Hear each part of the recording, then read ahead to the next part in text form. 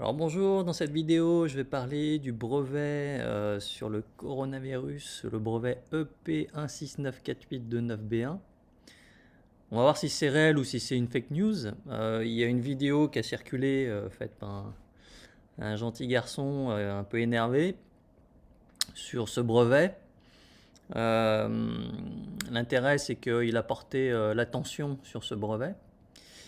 Suite à cette vidéo qui est devenue un petit peu virale, l'AFP, l'agence France Presse, hein, donc c'est l'agence officielle du gouvernement français, a fait un article pour expliquer que voilà, c'était une fake news. Mais on va voir que le brevet existe réellement, celui-là il est vraiment réel et on va étudier ce qu'il y a dedans réellement. Alors, ce qui est intéressant, c'est que voilà, l'AFP a confirmé, hein, donc, comme c'est l'agence gouvernementale, que le brevet était bien réel. Et donc, vous pouvez sur Internet télécharger le brevet, le consulter. C'est un document qui est public. Et ils ont indiqué que l'interprétation du jeune homme qui a fait la vidéo est fausse. Donc on va regarder les explications de l'AFP parce que c'est intéressant. Donc le jeune homme indiquait que le coronavirus aurait été détecté en Chine, mais en fait qu'il aurait été créé et breveté par l'Institut Pasteur. Donc effectivement, ça c'est faux, hein. A priori c'est faux. Cependant, que dit l'AFP? Donc ils ont contacté Olivier Schwartz, donc je sais pas qui c'est peut-être celui qui a fait le brevet, qui dit qu'on ne brevette pas un virus mais le code génétique d'un virus, donc il y a une différence. Que ce code génétique de ce brevet en fait porte sur une souche du SRAS qui s'appelle SARS-CoV, qui est un coronavirus qui a touché 8000 personnes dans 30 pays en 2000-2003, selon l'OMS, hein, donc là. Donc il indique qu'il n'y a pas un coronavirus mais qu'il y en a au moins 7, que c'est en réalité un cousin. Monsieur Schwartz nous dit que c'est un cousin du virus actuel, voilà. Qu'ils sont donc génétiquement liés mais qu'ils sont différents, voilà. Et qu'il y a 80% de similitudes au niveau de sa séquence génétique, mais donc il y a donc 20% qui sont différents. Et que les vaccins qui avaient été testés à l'époque ne peuvent pas être utilisés pour le nouveau coronavirus. Alors il y a un terme qui prête à la confusion, effectivement, on va voir tout à l'heure, sur le brevet c'est indiqué les inventeurs, ce qui dans le langage courant, effectivement, on a une notion de création, mais d'après le Larousse, hein, le Larousse fait foi, l'inventeur peut être aussi celui qui découvre quelque chose. Donc, a priori, sur ce brevet, quand on parle des inventeurs, on parle de gens qui ont découvert le virus et la séquence génétique du virus, mais qui ne l'ont pas créé. Voilà, donc l'intérêt de breveter un virus, c'est de protéger la séquence ADN pour pouvoir mettre au point des tests et des candidats vaccins. Voilà. Donc ça, c'est la mise au point de l'AFP que vous pouvez consulter sur le site factuel.afp.com. Donc ça, c'est la vérité officielle. Donc voilà. Donc bon, la plupart des complotistes se sont emballés sur cette vidéo. La plupart des gens anti-complotistes, eux, se réfèrent donc à cet article de l'AFP. Et donc là, on est croyance contre cohérence. Et moi, j'aime bien aller vérifier. Donc, sous la vidéo, je vous mettrai le lien officiel, hein, de ce brevet. Donc déjà, ce qui est intéressant, c'est que ce brevet existe effectivement. Vous pouvez le télécharger ici sur patentimage.storage.googleapis.com. C'est un brevet officiel, hein, European Patent Office, Office européen des brevets. Et ce que je vous propose, c'est de regarder ce qui est écrit exactement, hein, parce que C'est ça la vraie démarche scientifique, c'est de ne pas avoir de parti pris, mais de regarder les faits. Donc je ne suis pas un expert du coronavirus, mais comme c'est ma chaîne YouTube, je fais un peu ce que je veux et j'ai le droit d'étudier le sujet et puis d'en parler. De toute manière, on m'a dit qu'il y avait des vrais experts du coronavirus, donc j'ai demandé des noms, on m'en a pas donné. Et j'ai indiqué qu'ils avaient peut-être pas fait leur boulot parce que ils sont experts, mais en attendant, on est face à une pandémie. Voilà. Alors, les titulaires du virus, c'est essentiellement l'Institut Pasteur, le CNRS et l'Université Paris 7. Et puis là, vous avez la liste de tous les chercheurs, en fait, hein, donc ils mettent inventeurs. On va dire que ce sont des chercheurs ou des découvreurs. Ça serait le terme un peu plus juste, à mon sens, mais bon. Et donc on va voir qu'est-ce qui est écrit sur ce brevet. Donc moi je n'invente rien, je lis simplement. Voilà. Donc il y a du charabia scientifique qui n'est pas facile à comprendre, mais il y a des phrases en français qu'il est possible de comprendre. Donc la présente invention, on va dire découverte, est relative à une nouvelle souche de coronavirus associée au syndrome respiratoire aigu sévère, SRAS, issue d'un prélèvement à Hanoï au Vietnam. Donc la découverte est relative à, donc voilà, c'est pas marqué qu'ils ont créé une nouvelle souche de coronavirus. Ils disent simplement que leur découverte est reliée à la souche de coronavirus prélevée au Vietnam à l'époque. Alors il y a des données intéressantes, ils disent que les coronavirus sont responsables de 15 à 30% des rhumes chez l'homme. Donc c'est pas mal. Ça veut dire que déjà ça date de 2004, 2003-2004. Donc ça veut dire que le coronavirus en lui-même c'est pas quelque chose de nouveau, qu'il est déjà responsable d'un certain nombre de maladies, donc les rhumes chez l'homme.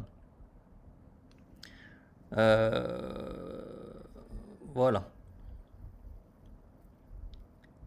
Alors pour ce SARS-CoV, c'est son nom, le SARS-CoV, le SARS-CoV-1, l'analyse phylogénétique montre que le SARS-CoV est éloigné des autres coronavirus et qu'il est apparu ni par mutation de coronavirus respiratoire humain, ni par recombinaison entre des coronavirus connus. Donc là, ce qu'ils disent en clair, c'est que en fait, le SARS-CoV, il est différent des autres virus. Et en fait, ils disent qu'en fait, ils savent pas comment il est apparu. Voilà. C'est-à-dire que c'est pas par mutation et pas non plus par recombinaison. Bon, ils disent pas comment il est apparu, donc il y a une inconnue là-dessus. Alors ensuite, il est indiqué que la présente invention a donc pour objet une souche isolée ou purifiée de coronavirus humain associée au SRAS. Alors on va voir pourquoi c'est important cette phrase. Donc ils indiquent la présente invention a également pour objet un polynucléotide isolé ou purifié, blablabla, blablabla, et précise ce que veut dire isolé ou purifié, signifie modifié par la main de l'homme à partir de l'état naturel. Autrement dit, si un objet existe dans la nature, il est dit isolé ou purifié s'il a été modifié ou extrait de son environnement naturel ou les deux. Par exemple, un polynucléotide ou une protéine naturellement présent dans un organisme vivant n'est ni isolé ni purifié. En revanche, le même polynucléotide ou protéine, séparé des molécules coexistantes dans son environnement naturel, obtenu par clonage, amplification et ou synthèse chimique, est isolé au sens de la présente invention. Alors pourquoi cette phrase est importante, c'est que ce qu'ils disent en réalité, c'est que donc ils ont isolé et purifié donc un polynucléotide et que ça se fait évidemment par la main de l'homme. Ça veut dire qu'ils reconnaissent, ils indiquent qu'il y a des modifications faites par la main de l'homme. Simplement en extrayant ce polynucléotide de son milieu naturel et en l'isolant et éventuellement en le purifiant. Donc ça démontre quoi? Ça démontre tout simplement que les inventeurs, en l'occurrence, ont donc extrait et purifié le virus. Et à partir de là, ça veut dire qu'il y a une modification, une intervention humaine, puisqu'ils sortent le virus de son milieu naturel pour l'isoler. Donc on peut comprendre pourquoi, hein, évidemment, pour étudier le virus, il peut être utile de l'extraire et de l'isoler. Ensuite, on entend par conditions d'hybridation de forte stringence des conditions de température et de force ionique choisies de telle manière qu'elles permettent le maintien de l'hybridation spécifique et sélective entre polynucléotides complémentaires. Donc là aussi, ce qu'ils indiquent, c'est qu'ils font des manipulations, et notamment des manipulations d'hybridation, c'est-à-dire qu'ils mélangent deux virus ensemble, on ne sait pas trop pourquoi. Et ils indiquent ensuite, dans le paragraphe suivant, les conditions optimales en fait, pour faire de l'hybridation ADN-ADN ou ADN-ARN. Donc ce paragraphe est essentiel, page 5, puisqu'il indique bien qu'ils font évidemment des manipulations humaines sur les virus, en isolant, en purifiant et en faisant de l'hybridation. Donc il joue un peu au docteur Maboul. Alors évidemment, c'est pour notre bien, hein, c'est pour pouvoir créer des vaccins qui vont nous permettre de devenir résistants aux méchants virus. Voilà. Alors là, il y a un sujet aussi qui m'a interpellé, que je ne comprends pas bien parce que je ne suis pas un expert scientifique du sujet. Mais voilà ce qu'ils indiquent. Les inventeurs décrivent également une puce ou filtre à ADN ou à ARN caractérisé lorsqu'il comprend au moins un polynucléotide ou l'un de ses fragments tels que définis ci-dessus. Les puces ou filtres à ADN ou à ARN tels que définis ci-dessus sont préparés par les méthodes classiques, connues en elles-mêmes comme par exemple greffage chimique ou électrochimique d'oligonucléotides sur support de verre ou de nylon. Donc là, ils disent que, en gros, ils travaillent sur une puce qui serait en fait un filtre à ADN ou à ARN, qu'ils mettent au point par des méthodes classiques, par exemple greffage chimique ou électrochimique. Donc je ne sais pas exactement ce qu'ils entendent par puce, pourquoi ils utilisent le mot puce. En tout cas, c'est un filtre à ADN qui est préparé donc par l'homme aussi. Voilà.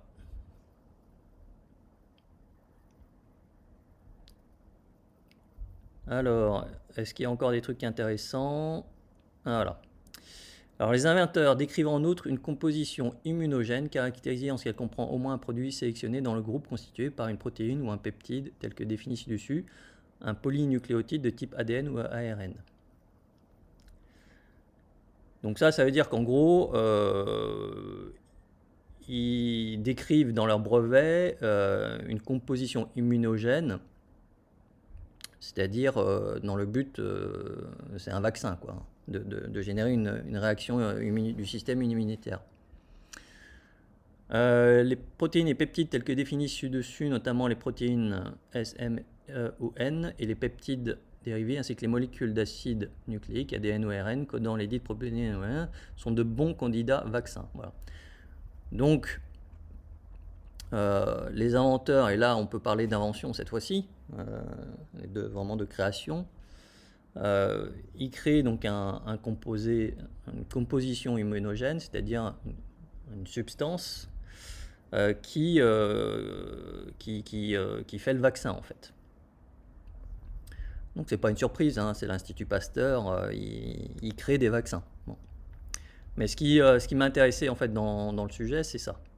Les compositions telles que définies ci-dessus, donc le vaccin globalement, sont administrées par voie générale, notamment intramusculaire ou subcutanée, donc là c'est de la picouse, hein. Quand on se fait vacciner, c'est des petites picouses, ou bien par voie locale, notamment nasale, aérosol. Donc ça c'est une information intéressante puisqu'ils sont en train de dire qu'en gros le vaccin qu'ils ont créé pour contrer ce virus, il peut s'injecter soit par voie intramusculaire sous-cutanée classique, soit par simplement un aérosol. Voilà. Donc pour les plus complotistes d'entre nous, eh bien, ça veut dire que si une personne, on va dire mal intentionnée, avait utilisé les résultats de recherche pour créer un virus, ça voudrait dire qu'ils sont capables de diffuser ce virus par voie sous-cutanée classique ou par aérosol. Voilà. Donc je dis pas qu'ils ont fait ça, hein. Je dis simplement que c'est possible, hein, puisqu'ils sont capables de créer un vaccin qui, je vous rappelle, possède quelque part un petit bout de virus qui génère une réaction immunitaire. Donc en gros, il crée un virus, hein, voilà. Mais dans le but de générer une réaction immunitaire du corps et qui peut se diffuser en fait par aérosol dans un marché, dans un marché qui vend des chauves-souris en Chine. Voilà. Donc ne me faites pas dire ce que j'ai pas dit.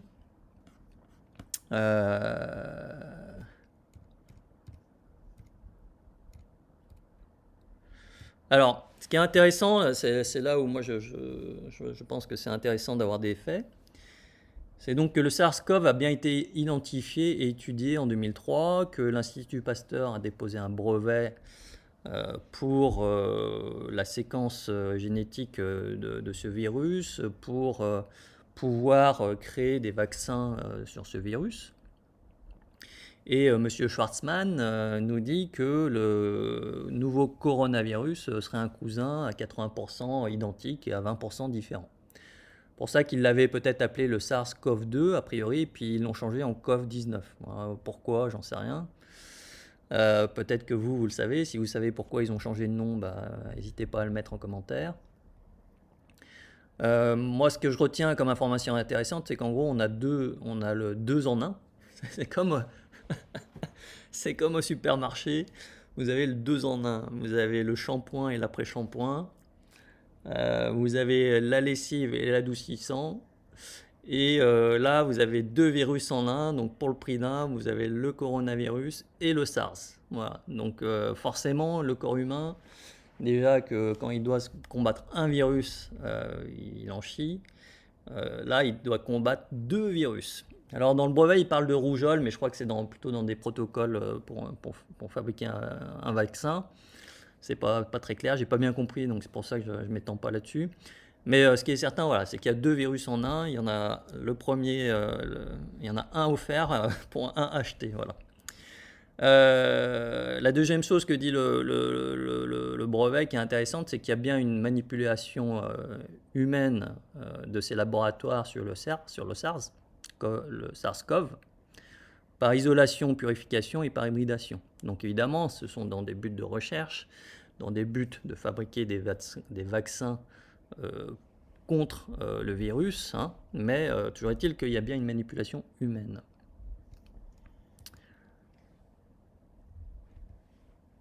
Alors, ce qu'on peut conclure déjà, c'est que effectivement, dans ce brevet, il n'y a rien qui démontre que le coronavirus a été fabriqué par l'homme. Il n'y a aucune data qui dit le virus a été fabriqué par les laboratoires Pasteur. Donc, notre ami là sur la vidéo, il s'est un peu emballé. Voilà. Mais il n'y a également rien qui démontre que le conarovirus ou le couillonavirus, comme je l'appelle, n'a pas été fabriqué par l'homme. En fait, on n'en sait rien. On sait juste que l'Institut Pasteur a fait des études sur le coronavirus à l'époque, que c'est un cousin du nouveau coronavirus à 80%, et que pour faire un vaccin à l'époque, ils ont fait des manipulations génétiques. Donc en conclusion, on ne sait pas. Moi, je pense qu'on ne le saura jamais en fait. Est-ce que c'est un virus d'origine naturelle ou est-ce que c'est un virus qui a été fabriqué par l'homme dans le cadre d'une guerre bactériologique ou virale? On n'en sait rien. Donc, et en plus, comme un virus, ça se transmet, ça se reproduit. On ne saura jamais quelle est la source. Si vous voulez. C'est comme un virus informatique. c'est impossible. En fait, une fois qu'il y a une propagation du virus, c'est impossible de savoir quelle a été la première machine qui est infectée. Et ce qu'il faut comprendre, donc ce qui n'est pas dit, mais enfin je ne l'ai pas dit, mais c'est bien écrit dans le brevet, c'est la méthode de propagation des virus qui sont a priori des protéines. Donc c'est pour ça que c'est pas pareil qu'un microbe. Protéine, c'est une information, c'est une cellule avec de l'information dedans. L'information ARN ou ADN. Et ensuite, autour du virus, donc il y a des sortes de pics, là, comme on voit sur les photos, qui s'attachent aux cellules de notre corps et qui transmettent donc l'information. Et l'information se duplique et c'est comme ça que le virus se duplique. Donc c'est pour ça que c'est difficile à traiter, puisqu'on ne peut pas vraiment tuer les virus, puisque en réalité c'est une information, hein, c'est de l'ADN, l'ARN qui est dans notre corps.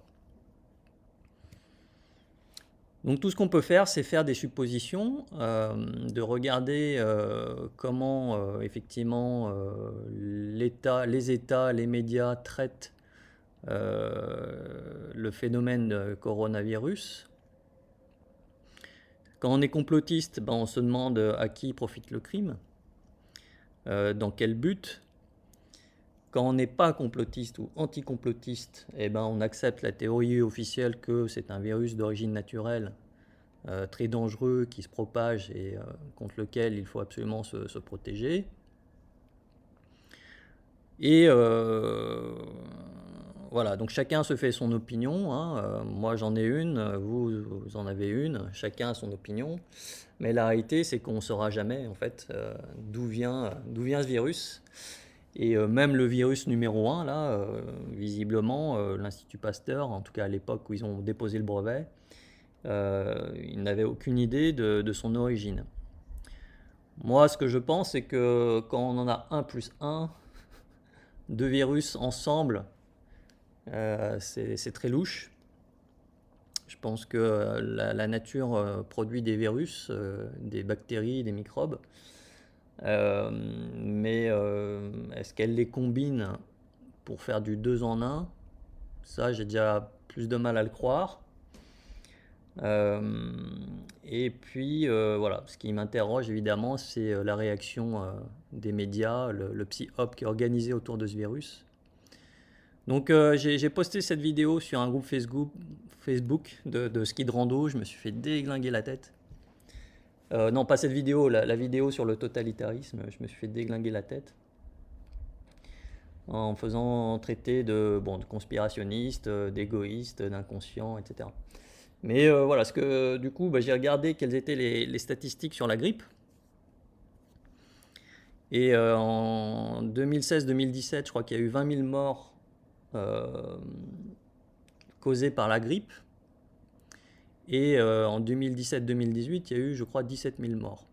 Voilà. Donc la question que j'ai posée sur le groupe, du coup, c'est pourquoi à cette époque-là, pour la grippe, on n'a pas fait de confinement, alors que ça a quand même fait beaucoup de morts, hein. 20 000 en 2016-2017, 17 000 en 2017-2018, ça fait quand même du monde. Ça veut dire qu'également, il y avait énormément de gens contaminés. Et donc la question, c'est pourquoi le gouvernement, à cette époque-là, n'a pas pris toutes les mesures, comme aujourd'hui, pour lutter contre le virus de la grippe, qui a fait beaucoup de morts. Et qui a eu beaucoup de gens contaminés. Donc la question aussi, c'est pourquoi, à cette époque-là, ils n'ont pas fait comme aujourd'hui, communiquer sur le nombre de gens infectés, communiquer sur le nombre de morts, et mis les Français en quarantaine, ou en confinement, pardon. Voilà, donc moi, alors les gens m'expliquent que c'est différent, que c'est pas pareil. Bon, ok, c'est pas pareil. C'est un virus, mais qui fait plus de morts. Donc peut-être que potentiellement le coronavirus pourrait faire plus de morts que la grippe. Mais voilà, pour moi, il y a 2 poids, 2 mesures, et il n'y a pas de cohérence entre ce qui est fait aujourd'hui et ce qui n'a pas été fait contre la grippe entre 2016 et 2018. Et donc, ça pose beaucoup de questions. Voilà, donc c'est une chaîne financière, donc c'est pas une chaîne spécialisée sur la santé et les virus. Mais l'impact sur l'économie et les finances, lui, est bien réel. Et donc, c'est ce que ne voient pas pour l'instant les gens, la plupart des gens, ils sont focalisés effectivement sur l'aspect sanitaire, le fait que personne ne veut mourir, évidemment. Euh, mais moi, en tant que financier, bah, je vois également l'impact financier et économique.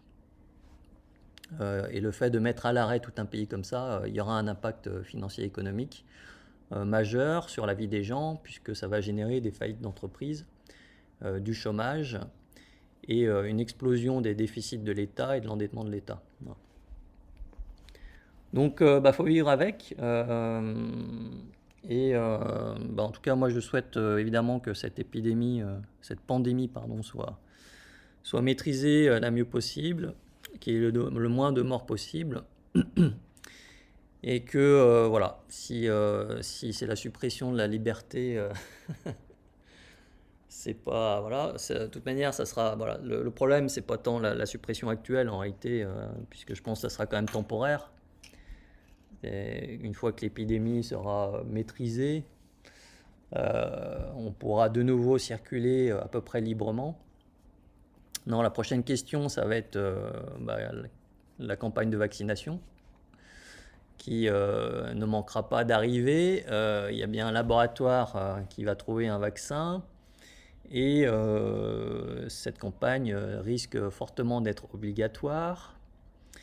Donc, se va se poser la question, c'est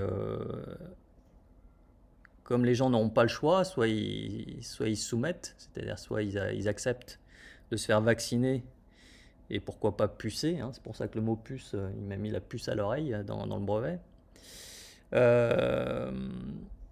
Soit les gens qui ne croient pas au vaccin ou qui sont contre, et ben vous allez être dans la situation où il va falloir choisir, soit vous restez en France et vous vous faites vacciner de force, soit bah, va falloir partir dans des pays où la vaccination ne sera pas obligatoire. Voilà, donc je laisse à chacun réfléchir à ça. Et puis, bah, se pose la question l'hiver prochain. Hein. L'hiver prochain, il y aura probablement une résurgence du virus, puisque un virus, bah, on le tue pas, donc une fois qu'il est là, il est là de toute manière. Il se réveille en fait quand le système immunitaire s'affaiblit ou après un choc émotionnel, par exemple. Et donc chaque année, on va avoir les mêmes peurs sur le coronavirus. Et donc je pense qu'effectivement, la conclusion, c'est que la vaccination va devenir obligatoire pour le virus. Et donc ça pose de grandes questions pour les gens qui ne veulent pas se faire vacciner. Pour les gens qui veulent se faire vacciner, bah, eux, il n'y a aucun problème.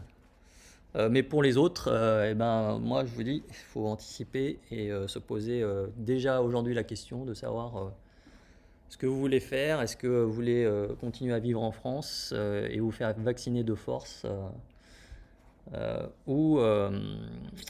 ou est-ce qu'il faut trouver des solutions alternatives. Voilà. Donc ça, on pourra en parler dans les webinaires Investisseurs Pro. Ce sont des webinaires où on parle en privé entre nous, librement de tous ces sujets, sans se faire taper dessus si on n'est pas dans la doctrine officielle. Et donc, je vous invite soit à vous abonner au webinaire, soit à prendre la formation où il y a deux webinaires qui sont offerts avec. Voilà, donc merci d'avoir suivi cette petite vidéo sur le brevet du coronavirus.